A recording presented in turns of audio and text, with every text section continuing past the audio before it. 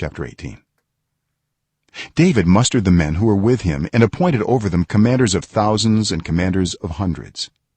David sent out his troops, a third under the command of Joab, a third under Joab's brother Abishai son of Zeruiah, and a third under Ittai the Gittite. The king told the troops, I myself will surely march out with you. But the men said, you must not go out. If we are forced to flee, they won't care about us. Even if half of us die, they won't care. But you are worth 10,000 of us. It would be better now for you to give us support from the city. The king answered, I will do whatever seems best to you. So the king stood beside the gate while all his men marched out in units of hundreds and of thousands.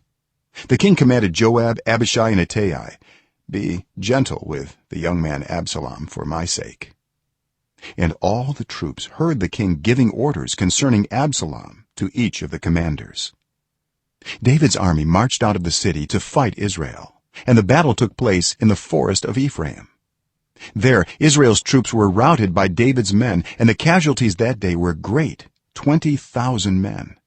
The battle spread out over the whole countryside, and the forest swallowed up more men that day than the sword. Now Absalom happened to meet David's men. He was riding his mule, and as the mule went under the thick branches of a large oak, Absalom's hair got caught in the tree.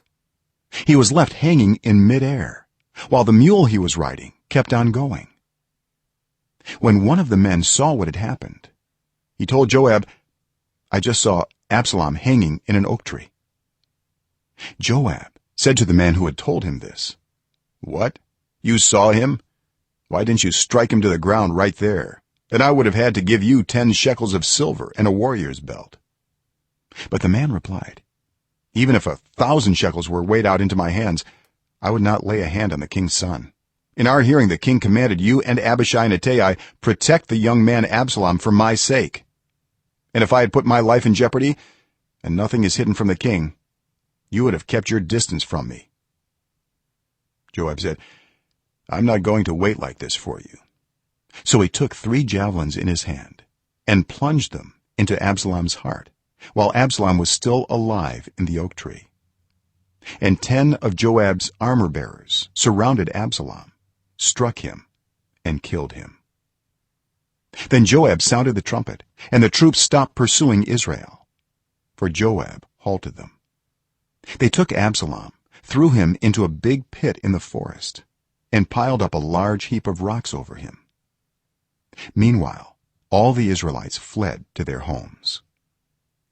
During his lifetime, Absalom had taken a pillar and erected it in the king's valley as a monument to himself, for he thought, I have no son to carry on the memory of my name.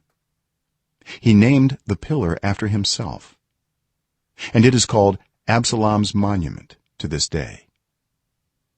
Now Ahimaaz son of Zadok said, let me run and take the news to the king that the Lord has vindicated him by delivering him from the hand of his enemies. You are not the one to take the news today, Joab told him.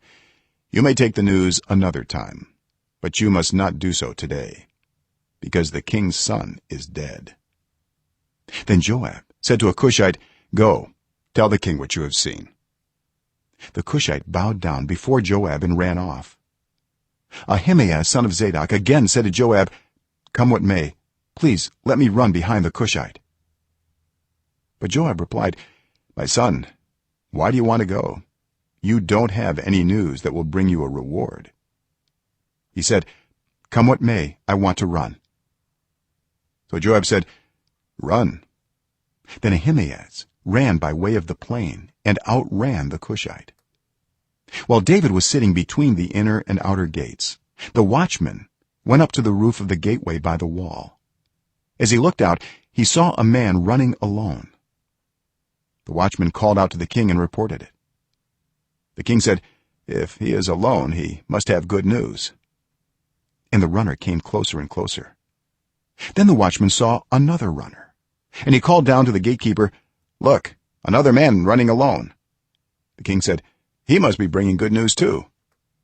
The watchman said, it seems to me that the first one runs like Ahimaaz son of Zadok. He's a good man, the king said. He comes with good news. Then Ahimaaz called out to the king, "All is well." He bowed down before the king with his face to the ground and said, "Praise be to the Lord your God. He has delivered up those who lifted their hands against my lord the king." The king asked, "Is the young man Absalom safe?" Ahimaaz answered, "I saw great confusion just as Joab was about to send the king's servant and me your servant, but I don't know what it was." The king said, "Stand aside and wait here." So he stepped aside and stood there. Then the Cushite arrived and said, "My lord the king, hear the good news. The Lord has vindicated you today by delivering you from the hand of all who rose up against you." The king asked the Cushite, "Is the young man Absalom safe?" The Cushite replied, "May the enemies of my lord the king and all who rise up to harm you be like that young man." The king was shaken. He went up to the room over the gateway and wept. As he went, he said, "Oh, my son Absalom, my son Absalom, if only I had died instead of you. Oh, Absalom, my son, my son."